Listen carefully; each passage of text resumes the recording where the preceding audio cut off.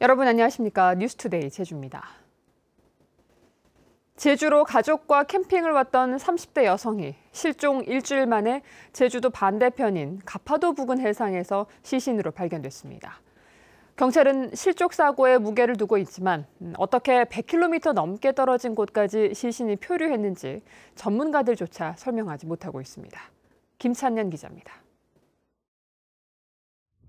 제주시 구자읍 세화포구에서 실종됐던 38살 최 모 씨의 시신이 어제 오전 제주도 반대편 해상에서 발견됐습니다. 마라도와 가파도를 경유하는 여객선 선장이 가파도 서쪽 1.5km 해상에서 시신을 처음 목격했습니다. 하얀 게 보이더라고요, 바다에. 가봤는데 해상에 시체가 떠 있었어요. 시신은 엎드려 있는 상태고 해경이 도착하니까 저희들은 인계 인수하고 시신은 심하게 부패한 상태였지만 옷차림과 목걸이, 문신 등을 통해 신원이 확인됐습니다. 경찰은 유관상 타살 흔적이 없다며 실족 사고에 무게를 뒀습니다. 수생 동물에 의한 그런 사후 손괴 외에 그런 외력에 의한 손상은 확인되지 않고 있어서 일단은 익사로는 추정은 되어집니다. 하지만 제주 북동쪽 세화포구에서 실종된 최 씨의 시신이 제주도를 반바퀴나 돌아 가파도 부근에서 발견되자 의혹은 오히려 커지고 있습니다. 제주도 부근의 조류를 타고 일주일 만에 100km가 넘는 거리를 표류하는 건 불가능하다는 게 전문가들의 설명입니다. 해류 패턴을 봐도 그렇고 만약에 조류를 따라서 연안으로 쭉 이동했다고 해도 7일 만에 거기까지 간다는 건 불가능하다고 봐야죠. 반면에 최근 제주 부근 해상을 지나간 태풍 종다리 등의 영향을 감안하면 불가능하지 않다고 경찰은 보고 있습니다. 경찰은 우선 시신을 부검해 정확한 사인을 규명할 방침입니다. 시신의 폐에서 플랑크톤이 검출되지 않으면 육지에서 살해됐을 가능성이 큰 만큼 부검 결과에 따라 수사 방향이 결정될 것으로 보입니다. MBC 뉴스 김찬년입니다. 가뭄 피해 지역 지원을 위한 현장 상황실이 설치됐습니다. 제주도는 어제 제주시 구자읍 주민자치센터에 인력을 배치해 가뭄 피해 극복을 위한 현장 상황실을 설치하고 가뭄이 해갈될 때까지 급수 지원 활동에 나섰습니다. 또 농가 신청을 받아 급수 장비를 지원하고 광역 방제기를 동원해 고령 농가를 중심으로 당근 파종지에 급수를 지원할 방침입니다. 어제부터 외식 매장에서 일회용 플라스틱 제품을 사용하다 적발되면 과태료가 부과되는데요. 2달간 계도 기간을 거쳤는데 현장에선 혼선은 없었을까요? 김항섭 기자가 점검했습니다. 제주 시내 한 커피 전문점. 매장 안 손님들이 일회용 컵 대신 유리잔에 담긴 음료를 마십니다. 차가운 음료를 많이 찾는 여름철에는 플라스틱 일회용 용기를 주로 사용하지만 이달부터 매장 안에서는 다회용 컵을 사용하도록 규제하고 있기 때문입니다. 일회용 사용이 이제 자제가 돼가지고 일회용 컵 사용이 금지되자 일부 손님들은 불편을 호소합니다. 이제 얘기 잠깐 하고 바로 나갈 건데 그래도 이제 여기서 이제 잠깐이라도 마시지 못하게 하면 그게 좀 불편하고. 테이크아웃 주문을 해놓고는 매장 안에서 일회용 컵으로 마시는 경우가 있다 보니 업주와 손님 간의 실랑이도 있기 마련. 일회용 컵을 사용할 수 없다는 것을 안내해 드려야 되는데 그 부분에서 이제 손님과의 충돌이 있습니다. 또 다른 커피 전문점도 아직은 혼란스러운 상황입니다. 아직까지 유리컵을 준비하지 못해 종이컵에 차가운 커피를 담아줍니다. 다회용 컵을 사용하게 되면 설거지 양이 늘어 인력을 더 채용해야 할지도 고민입니다. 사람이 한 명 더 써야 되는 상황도 되고 이게 또 그만큼 많은 양의 컵을 비치할 수는 없으니까.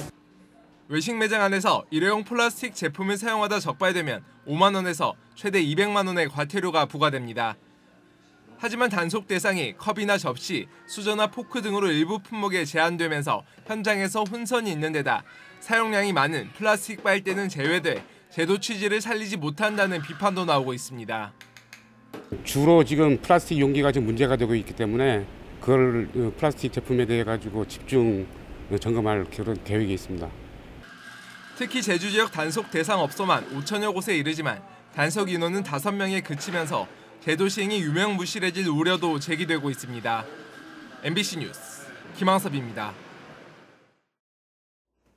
청와대가 71만 4,800여 명이 서명한 난민법과 제주도 무사증 폐지 국민청원에 대해 예산과 인력을 확충해 신속하고 엄격한 난민 심사를 하겠다고 답했습니다. 청원 답변에 나선 박상기 법무부 장관은 난민 신청자에 대해 신원 검증을 강화하고 SNS 계정 제출을 의무함과 동시에 난민 심사 인력과 통역 전문가를 대폭 늘려 예멘 난민 신청자에 대한 심사를 다음 달 말쯤 마무리하겠다고 밝혔습니다. 난민법 폐지에 대해서는 난색을 표했고 무사증제 폐지에 대해서는 제주도와 긴밀히 협의하겠다고 말했습니다. 제주도의회에서 제동이 걸렸던 민선 7기 첫 제주도 조직 개편안이 조건부로 상임위원회를 통과했습니다. 제주도가 의욕적으로 추진한 대변인 기구와 특별자치 추진국 신설은 무산됐습니다. 보도에 홍수현 기자입니다. 도지사 직속 부서 확대와 과도한 정원 증원을 이유로 조직 개편안을 심사 보류했던 도의회 행정자치위원회. 이틀이나 의원 간담회를 열어 집행부와의 의견 조율을 시도한 뒤에야 다시 회의를 열어 재논의를 시작했습니다. 하지만 회의 시작과 함께 정회를 선언하며 또다시 의견 조율에 들어갔고 55분까지 정회를 선포합니다. 막판까지 집행부와 줄다리기를 한 끝에 내린 결론은 수정 가결. 핵심은 대변인실과 특별자치추진국 신설안 폐지였습니다. 당초 제주도가 도지사 직속에 두겠다고 한 3급 대변인실을 정무부지사 산하 4급 공보관으로 수정하고 정원 29명의 특별자치 추진국 신설 계획도 특별자치 행정국으로 통합했습니다. 또 출자 출연기관의 인력 운영 계획을 매년 초 보고하도록 하는 등 부대 조건도 제시했습니다. 배에 있는 아이가 정말로 너무 커서 참으로 산고가 많았습니다. 언론에 공개되는 조례안 심사 절차 없이 정회를 거듭하며 이면 조율로 도출된 제주도 조직 개편 수정안. 제주도 조직만 비대해진다는 논란 속에 현행 13국 51과인 제주도 본청 조직을 15국 61과로 확대하는 골격과 공무원 정원 증원 계획은 그대로 유지돼 의견 조율에 소리만 요란했다는 비판이 나오고 있습니다. MBC 뉴스 홍수현입니다. 더불어민주당 지도부 선출을 위한 전국 순회 합동연설회가 제주에서 시작됩니다. 더불어민주당에 따르면 당대표와 최고위원 후보자 합동연설회가 내일 오후 제주 퍼시픽 호텔에서 개최됩니다. 오는 25일까지 전국 순회로 열리는 합동연설회는 당대표에 도전하는 송영길, 김진표, 이해찬 후보 연설과 최고위원 후보 8명의 연설이 진행됩니다. 합동연설회가 끝난 뒤에는 제주도당 대의원 대회가 열려 도당 위원장의 단독 입후보한 오영훈 의원의 추대 절차가 진행될 예정입니다.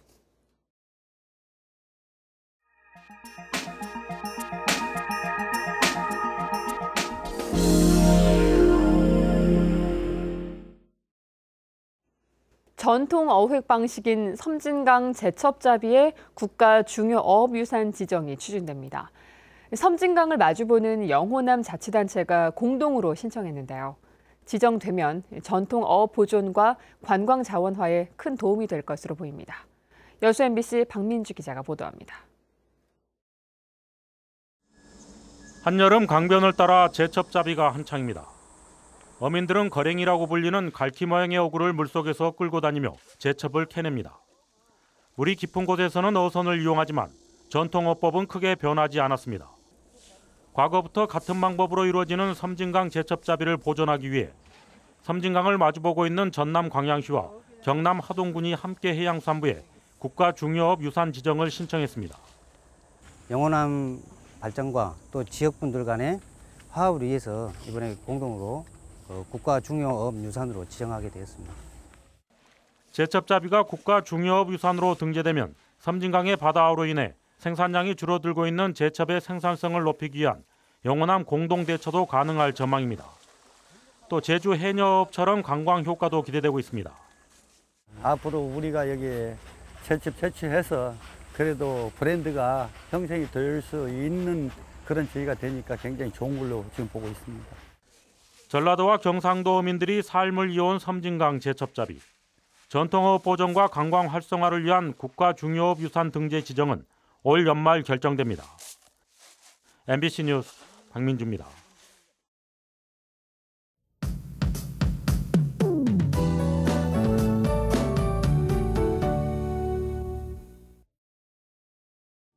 네, 연일 계속되는 무더위 때문에 힘드시죠? 오늘도 구름 많겠고 동풍류가 유입되면서 지형적인 영향으로 북동부와 산지에는 낮 동안에 산발적으로 빗방울이 떨어지는 곳이 있겠습니다.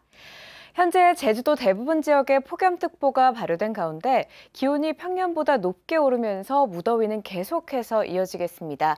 오늘 아침 기온 27도로 어제보다 1도가량 높게 출발하고 있고요. 낮 기온 32도까지 올라 어제만큼이나 덥겠습니다. 다음은 자세한 지역별 날씨입니다. 북부 지역 오늘도 폭염주의보가 발효된 가운데 아침 기온 26도 내외로 출발하고 있습니다. 서부 지역은 폭염경보가 발효 중이고 한림은 35도까지 치솟겠는데요. 한낮 외출은 가급적 자제해 주시는 게 좋겠습니다. 남부 지역의 낮 기온은 어제와 비슷할 것으로 예상되고요. 동부 지역 27도로 출발해서 낮 기온 32도 안팎까지 오르겠습니다. 당분간 산지에는 안개나 방무가 끼는 곳이 많겠으니 교통안전에 주의하시기 바랍니다. 도서 지역에도 열대야가 나타나고 있습니다. 열사병과 탈진 같은 온열 질환 관리 신경 써주셔야겠습니다. 제12호 태풍 종다리에서 약화된 열대 저압부가 서귀포 남쪽 530km 부근 해상에서 서진함에 따라 현재 제주도 남쪽 먼바다에는 풍랑주의보가 발효 중이고요.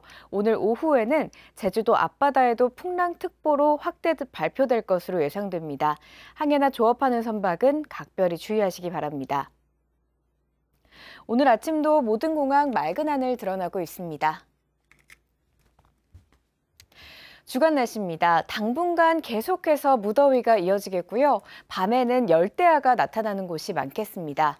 건강관리와 더불어 농축산물과 수산물 피해 없도록 대비를 잘 해주셔야겠습니다. 기상정보였습니다.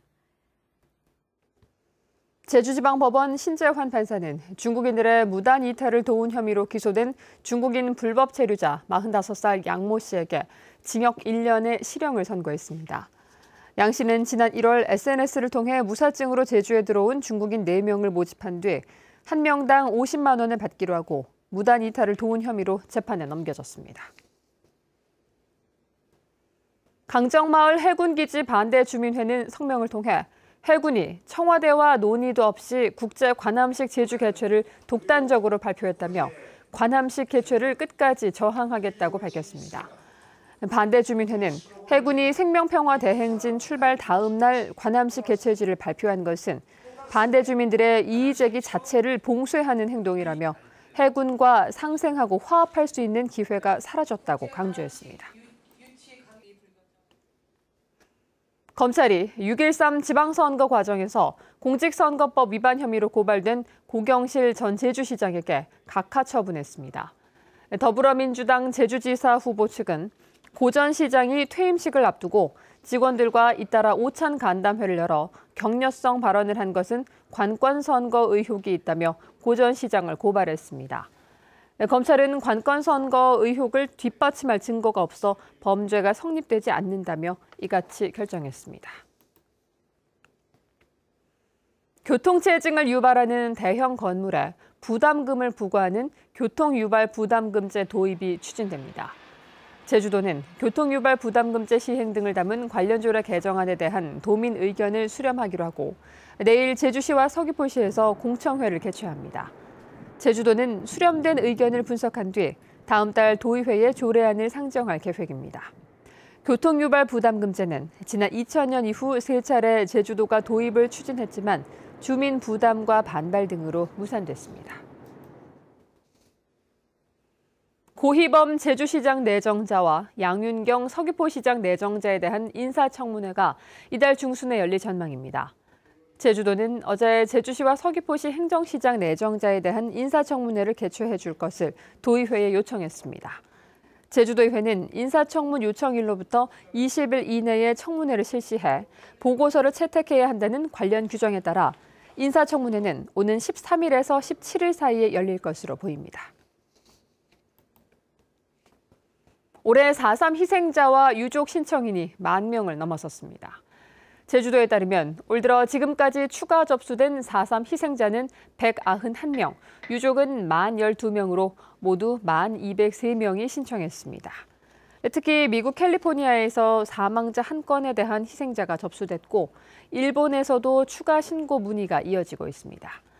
제주도 4.3 실무위원회는 접수된 건에 대한 심사를 오는 10월까지 마무리한 뒤 4.3 중앙위원회에 최종 결정을 요청할 계획입니다.